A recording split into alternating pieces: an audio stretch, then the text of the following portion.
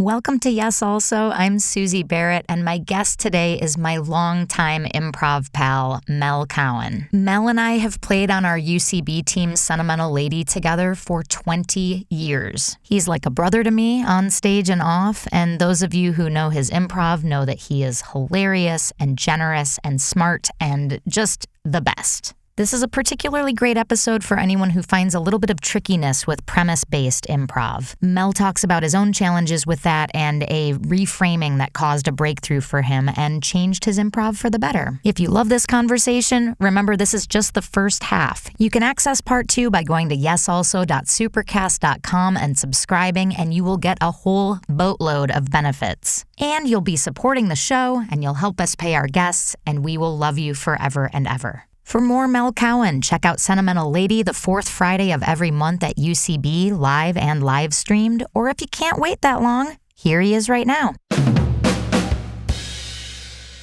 Mel Cowan. Hi, Suzi Barrett. My buddy, my longtime bud. My longtime buddy. You are one of the people that I have done more improv shows with than anyone on the planet. And I'm incredibly honored that that's true. Good, and that's the correct response. Great. Good. Yeah. And I feel just neutral about it.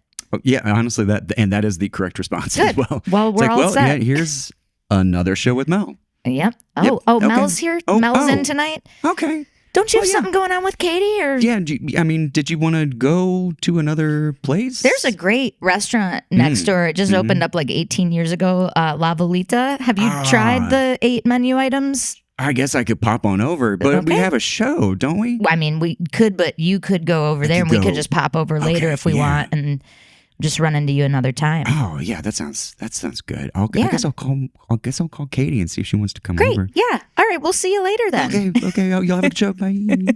Bye. Sentimental Lady is our UCB team that was a Herald team and is now a house team, and this year is our 20-year anniversary. Oh. How does that make you feel? It's interesting. I'm so delighted. I'm so delighted that we're still doing it. It does make me feel a little old, but also in a cool way. Yeah. A well-seasoned chili.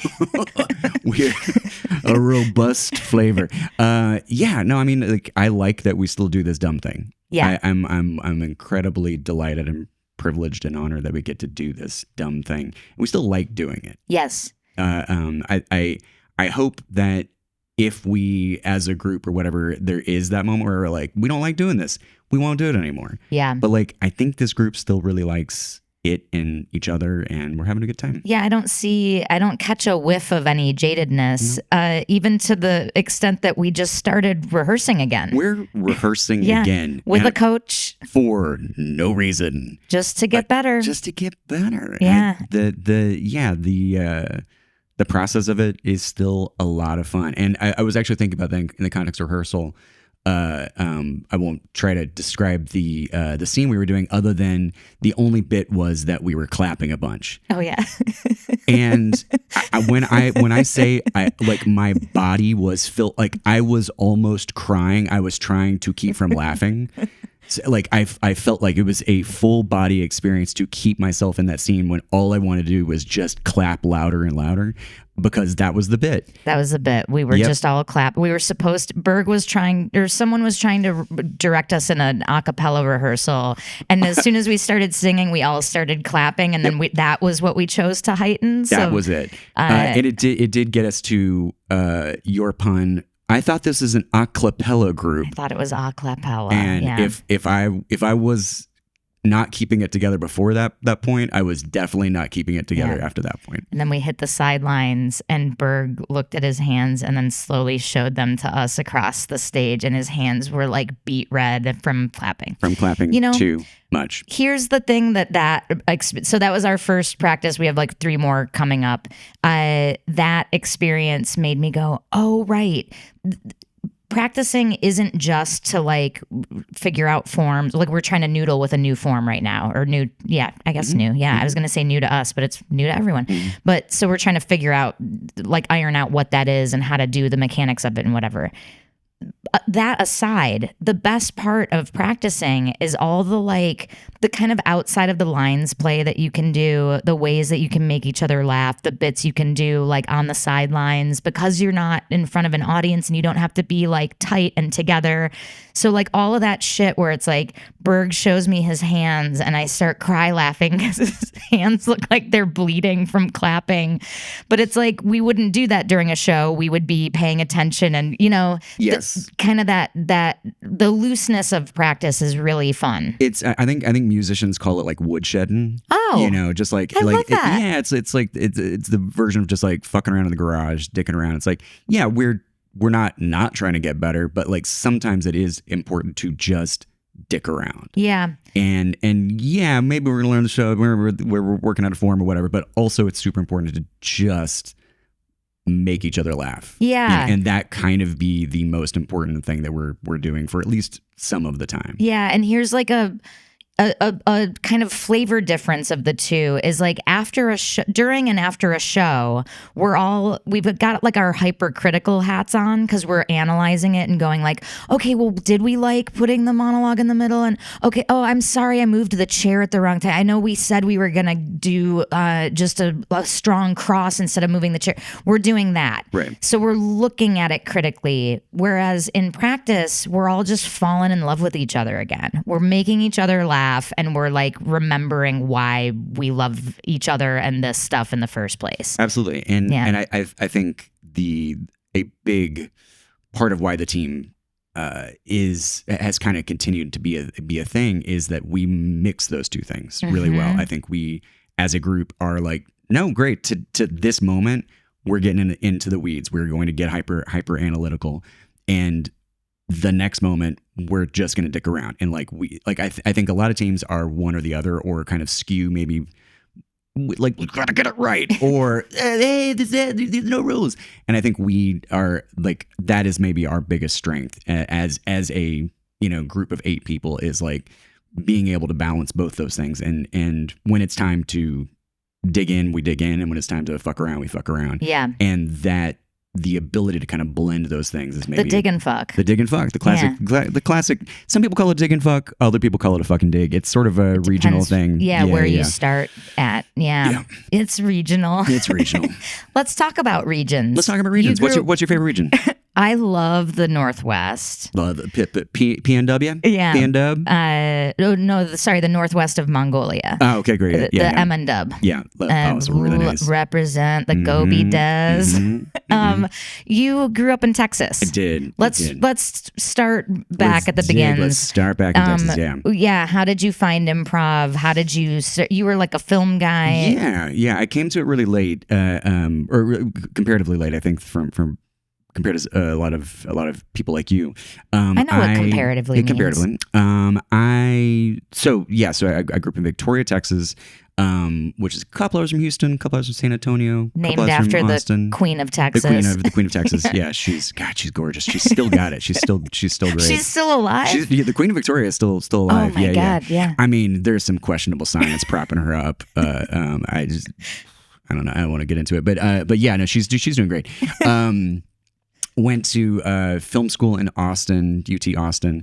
Was there for a couple years after I graduated, and then came out to Los Angeles in 2002. But yeah, I was a film school kid, and then with the aim of being a director, being a writer-director. That was and a very serious one, very serious an writer, an auteur. But I had always performed because my mom was choir director, and we would do musicals. I don't want to brag, but I was Snoopy in You're a Good Man, Charlie Brown twice. Back by popular demand. Twice, 2 different years? Twice, 2 different years. Wow. I played him twice. There was Snoopy and Shadow Snoopy in the same production. I colored outside the lines. Right. The other one was black with white ears, and you would run back and feverishly change your costume and then run in from the other side of Yep. Wrote my own songs. It was the whole thing. It was like in my mom's like Renaissance fair dinners that she would put on via the choir. On. Yeah, no. You can't just motor past that. Yeah, I was like, she would put on these full on like dinners numbers that the choir would perform throughout. I was like the MC dressed up as a jester. My wife now has a picture of that, and anytime, like if I'm getting too full of myself, which of course happens all the time, all she has to do is just silently pull hold that, it up. yeah, and she it'll just keeps it in her pocket. Hold on though, when you say her Renaissance fair dinners that she would have, that's not a thing that I know of. So she would do like her own Renaissance themed, like medieval times, I guess. Not medieval. Renaissance is after that. But she would just, people would come in costume and. Okay, so the way it would work is, for those of us who may or may not want to repeat this. Model. And this may be again a regional Victoria thing, but no, my mom was a choir director. She had a community choir for basically my entire life. It was a children's choir, and one of the things that she would do every couple years would be this, like, they would put on this one night Renaissance dinner, and it would be in this, like, it would usually be in like a church, whatever, like I'm trying to say a gymnasium, but like the church cafeteria kind of area. Yeah. And the rectory? I don't know. Yeah. And we'd all learn Summers Are Coming In and all the classic the Ren Fair classics. Are we talking like she's renting a dulcimer and a harp and stuff? Like, are people I already looting? had a dulcimer. You fucking nerd. Yeah. But no, like, I mean, yes, a flute. We didn't go quite into the full on like period instruments. But yeah, everybody sang, everybody ate turkey legs at the thing, and it's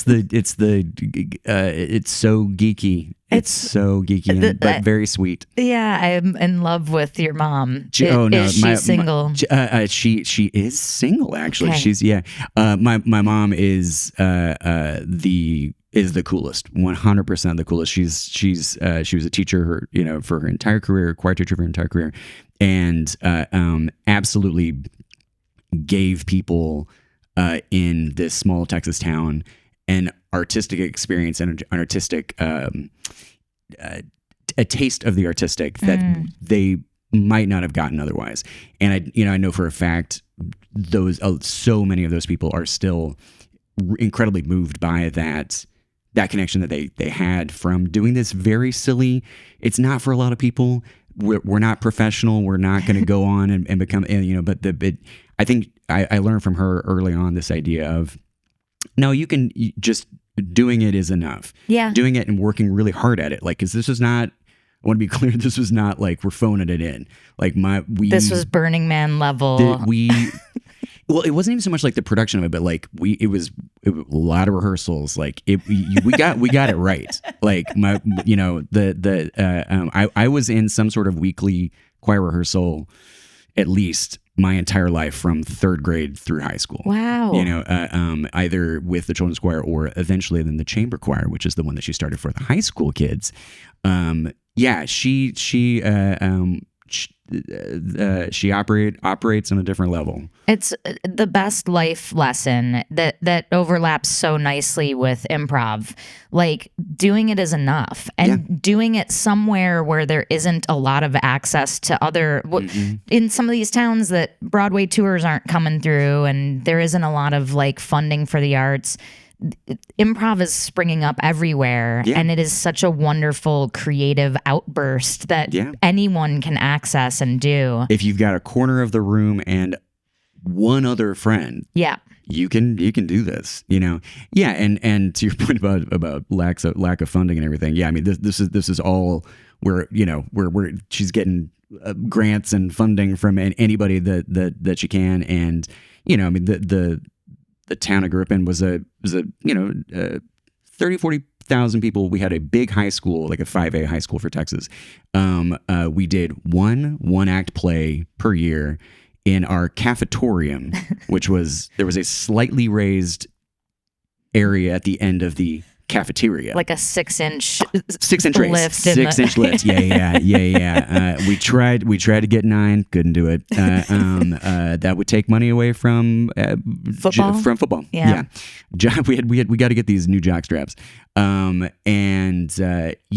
that was indicative of the kind of, but of course, like so many places that don't necessarily have a lot of just access, there are a lot of people that want that access and that want to be doing creative things. So this is not there's no creative stuff in small towns. And I think the truth is it's the exact opposite. I think there are a lot of people that are very hungry for it.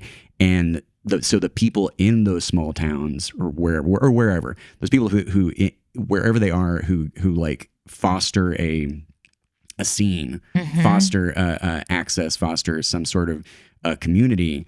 There are saints. They deserve to be celebrated. My mom's definitely one of them. You're gonna make me cry.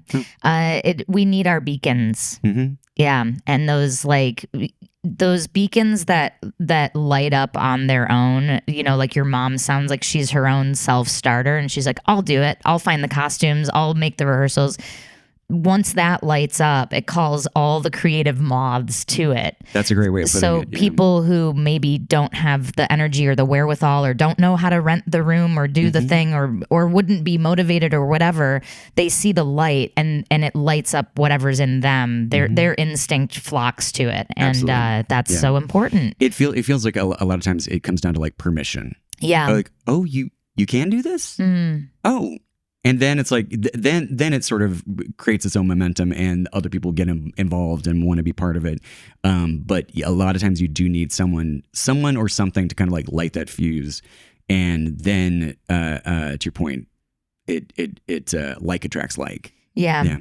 Going to be all the more crucial as we head into these more separated AI times. Slightly darker times. Slightly darker times. Just dim. It's a little dim. I just need to squint and need my readers. No, the thing that makes me the most hopeful these days, specifically, about the AI and everything is like 15, 16-year-olds fucking hate AI. And I think that rules. Yeah. Like it's an insult. Like AI slop. Right. And they're going back to analog. They're going back to technical. They're skipping back a few generations in terms of technological stuff. They're choosing to use less screens. Buying DVD players and record players, Walkmans and tapes, and maybe that's just my Gen X like nostalgia that's responding to that. But I think there is a broader thing that it is.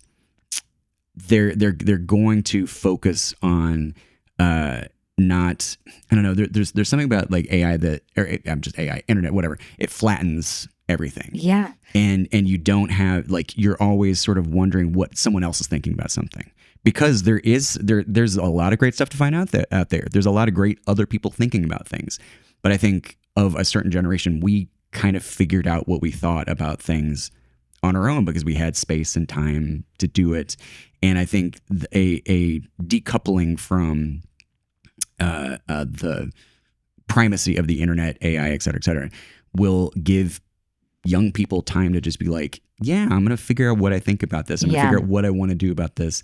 I'm going to fuck around with my friends and do improv, start a band, et cetera, et cetera, et cetera. And it matters if something is real or not. And if it's coming from someone's heart and mind or not. It matters. Yep. The point of the video is not that I wanted to see someone like wrestling a stick out of the dog's mouth. Right. Once I find out it's fake, I hate it. I don't need to see that image. I was responding to the connection and relationship between this person and their dog. It's fake. Okay, fuck you. Don't care. And it's the whole difference between, and this is my version of it, but like once we started calling stories content. Yeah. Oh boy, it's just like you're telling on yourself. How discontenting. I am discontented with this. You're making, and to a certain extent, if you're making movies or TV or whatever, we've always been sort of at the whims of corporate entities to a certain extent. But with the idea of just like everyone's putting their life they're giving it away as content. Like they're taking these moments that are theirs, their memories, and they're making content out of it. And I hate to be like an old man about that, but like there's something philosophically about literally the semantics of changing it to content. You're totally right. That is, and that is not a new thought at all, but just like that, You I think it's a it. bummer. It's mine. It's mine. I thought that no one else did.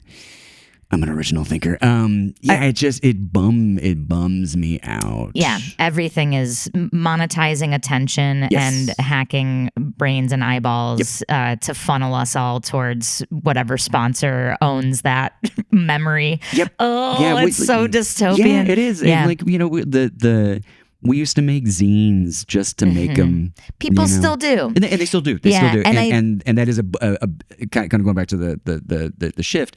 I think they obviously never stopped making them, but it feels like there's let's make stuff with our hands, and let's make stuff with our friends, and let's make stuff that reflects a scene and a moment and everything. And it's exciting. Yeah. And improv, it thankfully is something that that it's being created right in front of you. It's using your input. Yeah. What better time for improv to still exist than now? Like never more important, you know? You're welcome, everybody. We're still doing it. We're literally Sentimental Lady and UCB are going to save the world? Yeah, we can say that. You're welcome. I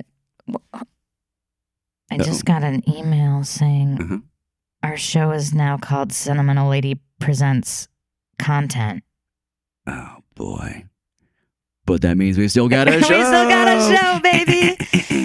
So you moved to LA. You want to be a big, serious writer. A big, serious writer and director and everything. And I didn't mean to cut director from your hypothetical res. Yes, yeah. I wanted to do all the things. I came out moved in here with a woman I was dating that, of course, imploded spectacularly pretty quickly. Supernova. Supernova. And then, I was, I guess I would describe myself as depressed for a while and working like the shittiest jobs. Like I worked like 3 graveyard shift jobs in a row, living in this like devil's oven of an apartment in Sherman Oaks. And trying to sleep during the day after working all night. Can I describe the apartment that I'm envisioning? Okay, please. So you said devil's oven. There's no AC. There's the oldest, shittiest window unit in the front. Way far away. Yep. You're nowhere near where you're sleeping. I'm picturing like a cavernous living room with gray carpet. Hardwood floors. Okay. But they're very old and bad. Okay, so that means you hear everything. Yeah. Yeah. Do the windows have like hanging vertical Of course blinds? They do. Yep. Of course they do. All the walls are like meant to be white or off-white, but it's tired. And it's just tired. Yeah. It's not white anymore. It's just tired. Yeah. It's a tired white. Does the kitchen have like a half wall, half counter thing? Yes, actually, yes. I'm picturing every, like my early apartments and then like all those kind of Sherman Oaks old buildings. Yeah. Yep. Is there popcorn on the ceiling? Oh, that ceiling's popcorn, baby. Yeah, baby. Yeah. It's like going to movies every night. Yep. It was not great. And can you tell me sorry to cut you off. Can you tell me the graveyard shift jobs? I just love knowing this about you. I worked a PA gig on a reality show called The Next Action Star that lasted 1 season because it was bad. And I was literally just supposed to be like one of the 3 people who were at the house where these Next Action Stars were living at this. Like I think we were actually living next to the house was next to Leonardo DiCaprio's house up in the Sunset Hills, whatever. So I never really interacted with anybody on the show. I was just sort of a ghost that came and went and like wrecked a car, wrecked a truck because I was too sleepy and nearly got fired. Weirdly, the reason I didn't get fired was because I wrote I wrote a little memo of what had happened, thinking the only person that's going to read it is like some insurance person later. and I unfortunately made it funny. And the producer read it and was like, "This fucking kid, what is like she's cut?" Because I like fucked up a door on a truck, and it was very stupid. But the line producer, read a different producer read the letter and was like, "Oh, this guy's funny." Blocked my firing, and we've now been friends ever since. You just never know when you're going to get discovered, Mel. Yes. And this is what I'm always telling people. Be funny. If you're filling out a form at the DMV, why not make it funny? Make it funny. So yes, you're definitely going to wreck cars along the way. You're going to be too sleepy to drive, and you're going to drive it into a pylon. That's going to happen. But once you get lemons, make some funny lemonade. That's the truth. Yeah. The most important ingredient in any lemonade is humor, and make it yours. I don't want to hear the same car statement jokes. Give me something spicy. Talk about why your girlfriend sucks in bed. Yep. It was 14 pages of basically that. It was that stupid gig. There was like a nighttime transcription gig. I had that. And then a third one, I'm actually kind of blanking on what. But you worked at a graveyard. I worked at a graveyard. Yeah. Yes. I was digging the people up though. Oh, yeah. Oh, you worked for the robbers. Yeah. So that's actually where the graveyard shift comes from. If you work at a cemetery at night, you are actually digging the people up, and you're taking them to the mad scientist on the hill to potentially harvest and use to create some. Yeah, got it. Yeah, the cemetery business is not a good one. No. It's cyclical. It's vertical integration, and it's symbiotic because they're gonna need that land space. So you're actually giving them a plot back, and they've already taken the jewelry. As soon as the family leaves, they scrape that dirt off and farm it. Come on. What do you think we're rookies? So I was an insane person, but during that time, I was like with some of my friends from UT. We were making sketch videos. That we like. This is literally before YouTube existed. Oh wow! So we made DVDs. We made DVDs of our sketch comedy shenanigans. And put them where? Like nailed them to telephone poles? Yes, nailed them to telephone. Just threw them out the windows. We drove around. It was the dumbest thing. But what did you do with them? We ended up, I think we did end up actually we made a website and would have, and that was when the fun thing was you could put a tracker and see like where people in the world had clicked on your videos, and it was always pretty fun when it was like, oh, there's somebody from like Slovenia that watched our dumb video. Yeah. No one ever gave a shit about those. It was great, but it was so much fun, and we learned a lot about making stuff. And then I weirdly, from the friend who kept me from getting fired, I met Bill Hader on the set of a short film. We started doing sketch, stand up together, did sketch together. We also then had a sketch group together and that was doing like weird backyard. Was that shows. Animals from the Future? Yeah. Okay. Yeah. It was you two and another guy. Yeah. It was me, Eric Filipkowski, Matt Offerman, and Bill.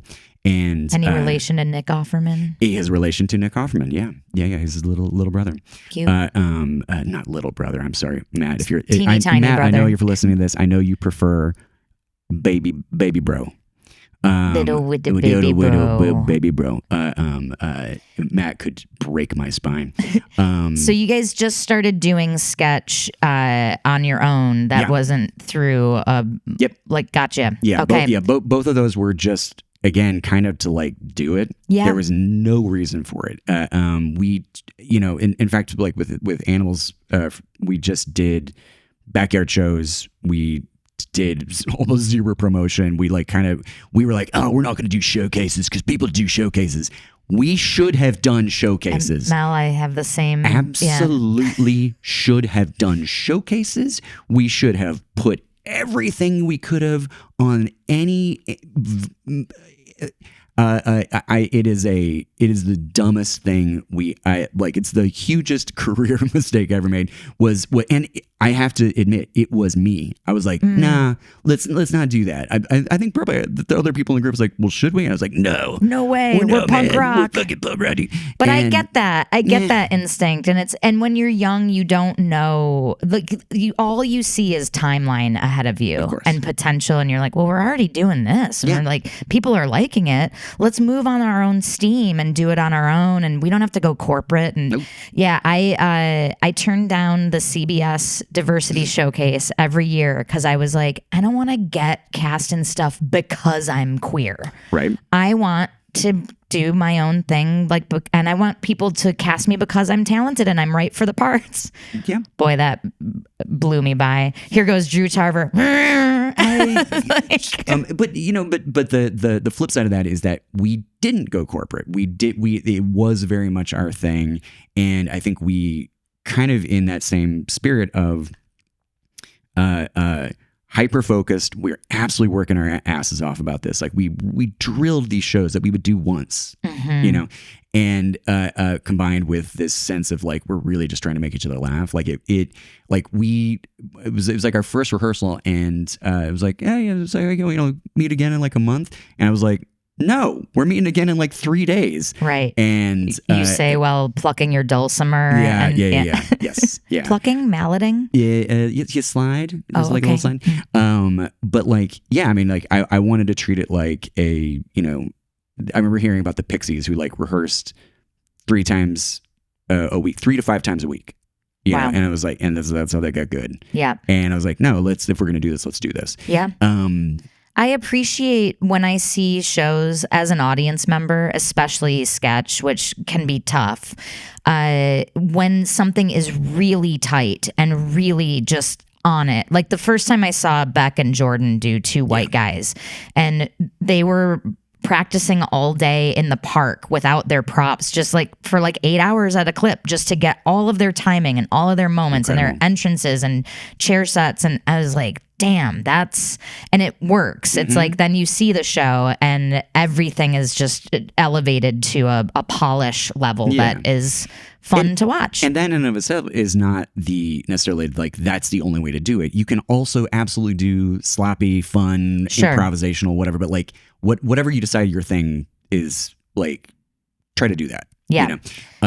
So then Bill got on SNL in 05 and UCB opened up in like a few months later. And it couldn't have come at a better time because I was like, I really did think, it's like, hey, great, this is a really good group. We're going to keep doing this, until they arrest us. And I was like, well, now what? And I had not done improv before, but I went and saw an ASCAT, and I was like, that's it. This is it. What grabbed you? I think it was the contrast to other improv I'd seen, which would have been short form stuff, a little, that I was like, yeah, that's funny, but it didn't grab me. I think it was the level of controlled anarchy that really appealed to me, and just this kind of you can do this. It kind of goes back to what we were talking about, like the kind of beacon thing. Like there's a little bit of like, until you see it, you in some cases you're not sure that it exists, right? And then you see it and go, great, that exists. Sign me up. Right. And it's like hearing a familiar, like your mother tongue. Like you hear a familiar language that you've long forgotten, but once you hear it, it comes back. It's like, oh yeah. Oh no, this is my home planet. This style, this genre. That controlled anarchy is such a great description too, especially for like Besser and that time of UCB where it's like it was all, the seats were dirty and falling apart, and everything felt a little bit like we're putting up a show in mom's basement. It had that sort of punk rock vibe. It felt like you're getting away with something. There was a little bit of disreputability about it that I liked, and it also felt very much outside of. It existed in its own space. It was, obviously it's, to a certain extent been commodified, but like Please don't ever do that respect again. the microphone. Yeah. But at the time, it just existed in its own on its own planet, and it was a planet that I wanted to get to. Let me on that planet. Let me on that planet. So I took started taking classes in October of 2005 with John Ross Bowie, legend, treasure, true national treasure. Good match for you because you guys are both music heads too. I really lucked out with him with getting getting a guy who had also started a little late. Like I think he described it like I was like I didn't want to just be the funny guy at my office. And I started when I was like 28. I think he started maybe about the same time, which is also more or less what Will Hines did. Just a little later that we kind of done some other things and then found this thing and was like, great. This is the you guys are for me. And I will say it's never too late to start. It is never too late. Truly. Yes. Yeah. My friend's mom started in her mid to late 60s. And even that is not too late to start. I love that. Yeah. So I just it does you like if you were to look at it from the outside briefly, you might be like, oh, it's just a bunch of kids messing around. It's probably not for me. But man, if it strikes your fancy at all, you should do it. Totally. If you're like, maybe, then the answer is yes. Yeah, because why not? Why not? When else are you going to live your life? And if it feels too late now, well, then it'll feel really too late in 5 years, and you're going to spend those 5 years anyway. Yep. Might as well spend them laughing and goofing. Man, more goofing. Yeah. It's also like, we touched on this earlier, but it's like one of the few creative pursuits that you can do right away with no gear and you're doing it from day one. Like violin takes a few years before it sounds nice. Yes. And drums, you have to really think about, like, painting, you got to buy all the paints. And this is just like, do you have a chair? Yep. Do you have this classroom to go to with some buds? Yeah. The barrier to entry to just getting up and doing it is lower than a lot of other art forms, and there's obviously so much stuff you can learn. There's obviously training, that you can get, but at its fundamental core, it's just you. It's just you and someone else, and hopefully a fun group, and you're trying to make each other laugh. Yeah, and that's the whole pursuit. Yep. Make each other and the room, and that's it. Yep. And I wanted to say, I don't want to diminish that accessibility can be hard for classes because of the cost. But thankfully, we're in a world now where there's like more accessible stuff and jams that are free and stuff you can learn online.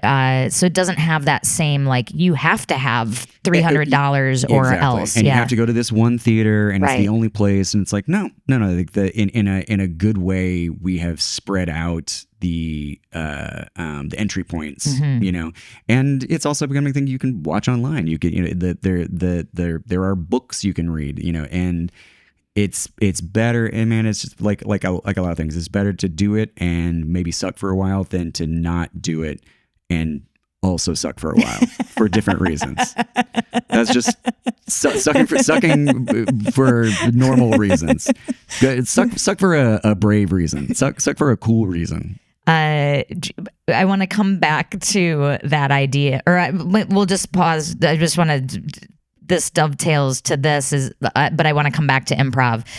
You're making a movie right now, and the thesis of your movie is it's better to make a band with your friends than to not make a band with your friends. 100%. And I read that thesis or that log line, and I was like, well, that's perfect. That's exactly it. That's kind of it. Yeah.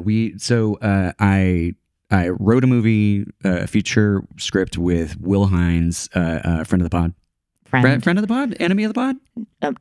Friend for life Friend of the for life pod. Of the pod. Okay, good. I didn't want to say enemy of everyone else. Yeah. Enemy of the world. But we have stuck by him. Good for you. Good for you. Truly one of the best people on the planet, Will Hines. Wrote this movie with him, inspired very loosely by like his story, but it's called We're Starting a Fucking Band. And it's about a middle-aged computer programmer with no musical skill who just one day decides to start a band and then does that. Yeah. And the whole thing is about him, for a variety of reasons, doing the thing that most of us would go, well, I can't do that. I don't know. But he just kind of keeps doing it. and it kind of keeps working, and they don't get a record deal, or there's no battle of the bands. It's like there is no sort of storybook ending. The end of the movie is their first show, you know. I love it. But the point of it is, as you said, it's better to do the thing than not do the thing. Yeah. Whatever it is. And in that example, it's when you're like, there's no, the whole thing it's building to, the grand finale is just a show, but it's like, the point is, it's not just a show. It's like on the outside, it's low stakes, but internally, it means the world and means the difference between a good life and a bad one for this guy, or like a life fully lived versus one full of regrets. Absolutely. Yeah. Yeah, and we shot it over. This was not by design, but we basically shot it over 2.5 years because of the strike and fires and pandemic and da da da da. So, you know, it's a movie we shot, you know, say 20 days. And yeah, if we'd shot that over a month, we would have gotten that. That would have been cool. But the fact that we shot it over 2.5 years meant that the band became a band. Like we actually got to experience the songs changing, and everybody kind of got better at their instruments as they went along. And we all became better friends. Like we weren't faking that. Like a lot of woodshedding. We woodshedded. We got it on tape. You know, one of my favorite moments from we were recording the music, the actual tracks that we were going to be using for the final show, and we were listening back to one of the takes, and Giovanni just hollered out, "You can tell we're friends." And man, like that's the best. Feels like that should be like at the end of the credits roll at the end, after the music fades, that line is just that we just hear that in darkness. Yeah. I always said that my goal for this was finish it and have us all still be friends. Yeah, great. You know, and there is something about like setting I do think you need to set goals, but like that's also not the point. It kind of comes back to that like detail oriented, you know, or like goal oriented versus process oriented, you know, the hyper focused analytical thing versus the fuck around thing. And you kind of need a mixture of both to get anything done, because you can, you know, with AI you can get anything done, but it doesn't mean anything. Yeah. And if you just mess around, you've kind of just messed around. And so there is this sort of balance that you kind of have to maintain of how you kind of keep things moving, but also really, really enjoy the process. Yeah. I love that. The goal is not the point. It's maybe the thing that starts the engine and gets you going. And kind of like signposts and sort of keeps things motoring along and like, you know, but if you're only goal oriented, everything becomes pointless and it becomes work. I want to tuck into improv more. Absolutely. Did you find that you kind of took to it right away, or was it a clunky process? Both. I cannot express to you how awful I was when I started. I was so bad. In what way? I every once in a while I think about a moment in that one-on-one class where the suggestion was chewing gum, and my scene partner and I ran around looking for chewing gum. That was it. We were just looking for chewing gum. Script it. Under the invented furniture. Like, is it there? Is it there? And I remember Jamie Dembo, who was subbing that night. I remember just from the darkness, just her going, "Stop." Just stop. Which was the correct response. Like we needed to be stopped. You know, and I did nothing good in those first, you know, 101 through 401 and everything. I just a conglomeration of really, really, really bad scenes, and I loved every second of it. And that's like, the point. Every class I left going, "Oh my God, I'm so bad at this and I love it so much." And we would go to the bar and we'd all be embarrassed about what we did, and we all still loved it so much. And then magically, I also talk about this in terms of just like timing. I got to audition for Herald, for a Herald team back when it was kind of just like 50 people. It's like, hey, are you breathing? I think I was at your audition. Is that right? Yeah. Because I remember being like, oh shit, she's very good. And I remembered being like, he's so funny, and I love his mustache. I love that mustache. You had a big, waxed curl at the time. Did I have a? I don't think I had so. A curl. Maybe it was just long. I think I just had a mustache. Anyway, but I was. Then I got on Herald Night, and I was still so bad for a while. Like I think I was I went to rehearsal every week going, I should leave this team. And then I would, because I'm dragging them down, and then I would get to the rehearsal and I'm like, they'll have to carry me out like dead because I had just had so much fun. What was that first team that you were on? Sentimental Lady. But didn't you move for a bit? Yeah. Okay. So I started with Sentimental Lady. There was a little bit of a shift, and they moved me over to a very, very short-lived team called Empty Threat. Yes. With some great people like Clay Larson, Todd Fasten was on the team. Kurt Rainsbury. It was a great group. That we just didn't cohere. It wasn't a great team. And we lasted about 6 months. And the best thing that happened was I was put back on Sentimental Lady. And by that time, you had been put on Sentimental Lady for a little bit before that. And so then that group sort of stayed a unit. Yeah, that was our big clique. Yeah, until we added the incredibly talented Hillary Matthews.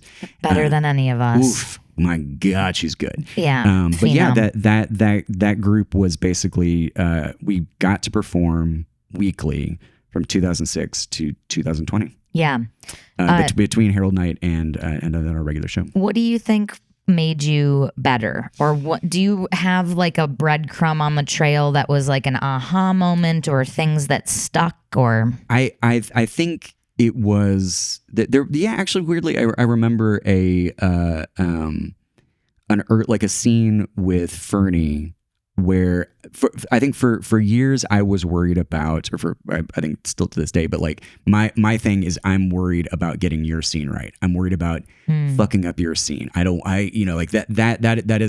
my common mistake is like, and it's a version of like, well, I'll just sort of follow what you're doing. And then what that becomes is, I'm not bringing anything to the scene. You're not making any choices because you're treading water, making sure that you don't make the wrong choice, and waiting to see what the other person wants and being polite. I was a very polite, scared improviser for a long time. I'm clever enough that I can do some things that would like kind of make a scene work, or I'd kind of pull a half joke out, but I wasn't ever really, to use Chad Carter saying, picking up my end of the couch. And I remember one scene where like it just popped out, and I don't remember what I said, but like there was I remember a choice being made, and it was a difference in the laughter between oh yeah, you kind of did a thing right, and a really solid like pop of surprise because it wasn't what anybody expected, because it wasn't what I expected. And that thing has been something I've been sort of chasing and trying to identify, and sort of when I feel on stage like I'm kind of just being careful or polite, I try to find a way out of that. And it's not like, and now just say some fucking crazy shit. It's more like lock in, find a way to connect with both the improviser, whatever character the improviser is playing, and try to be as honest as possible in that moment. And if that honesty is then be a lunatic, great. Yeah. If it's be as grounded as possible. But like that idea of really making sure that you're picking up your end of the couch and not letting this whole thing about yes anding being the end of it. Yeah. You know? Yeah. You don't, the scene is not your partner's thing that you're just there to witness while inside of. Right. It's both of you building something that's outside of both of yourselves. I loved when you talked about like the big laugh came from something that also surprised you. That's the biggest high in improv, when you realize that you've placed your surfboard on a wave that's coming from you, but you are along for the ride also.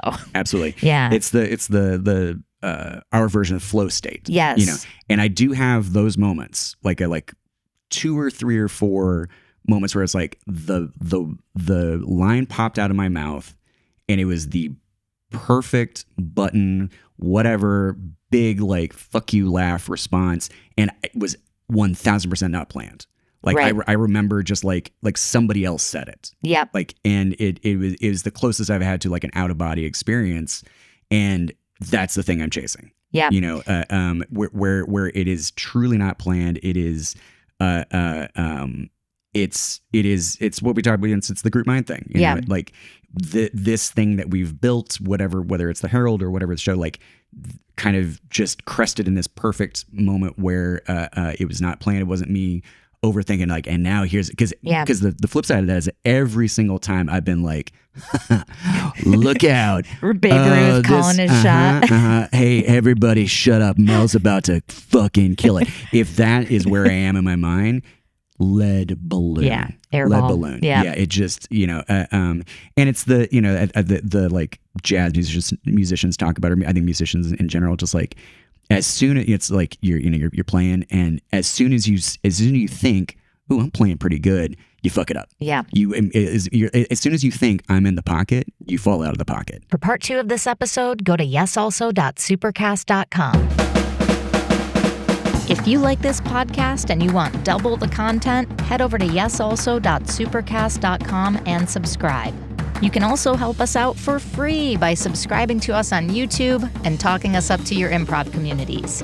If you have a question that you'd like us to answer in one of our Q&A episodes, or a topic that you think would make a great bonus episode, put it in a 5-star review. If you're a theater who would like to host us for a live recording and improv show, let us know at yesalsopod@gmail.com.